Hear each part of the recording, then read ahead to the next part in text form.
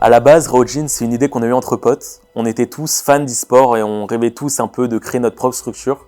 Et donc on a décidé d'aller jusqu'au bout. Notre but, c'est de rejoindre dans un premier temps League of Legends via le Mastercard Nexus Tour, qui est un circuit un peu comme la nationale, on va dire, c'est la 3e division française, qu'on peut accéder à partir d'un certain rang sur League of Legends. Pour vous expliquer l'organisation de Raojin, il y a une équipe qui est en train de se monter. Et pour la mettre en avant, il y a toute une organisation. 3 grands pôles. Le premier pôle, c'est Le pôle communication, notre mission, c'est de se faire connaître à travers les réseaux sociaux, mais également de créer une identité forte qui soit reconnaissable parmi les autres équipes. Pour travailler, on s'est divisé en 2 groupes. On a un groupe qui s'occupe plus de la communication sur les réseaux sociaux, et on a un autre groupe qui s'occupe de tout ce qui est l'identité visuelle.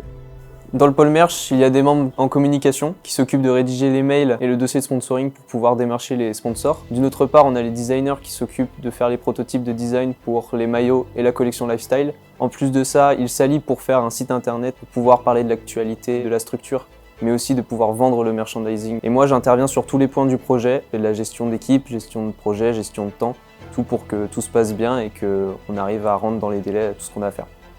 Le pôle audiovisuel. C'est nous qui créons tout le contenu multimédia de Raojin. Nous produisons des contenus travaillés dans un studio, comme les interviews par exemple, ou des contenus plus naturels avec toute l'équipe de la structure Raojin dans les locaux. Notre objectif sur l'année rejoint un peu celui du pôle communication. Nous voulons développer la visibilité de Raojin sur les réseaux sociaux à travers du contenu multimédia, vidéo, photos. Notre contenu est d'abord créé pour un format plus long pour YouTube, que nous déclinons ensuite pour les réseaux sociaux en format plus court, pour capter un maximum d'audience. Nous allons également nous occuper de la rediffusion en direct des matchs de notre équipe sur Twitch.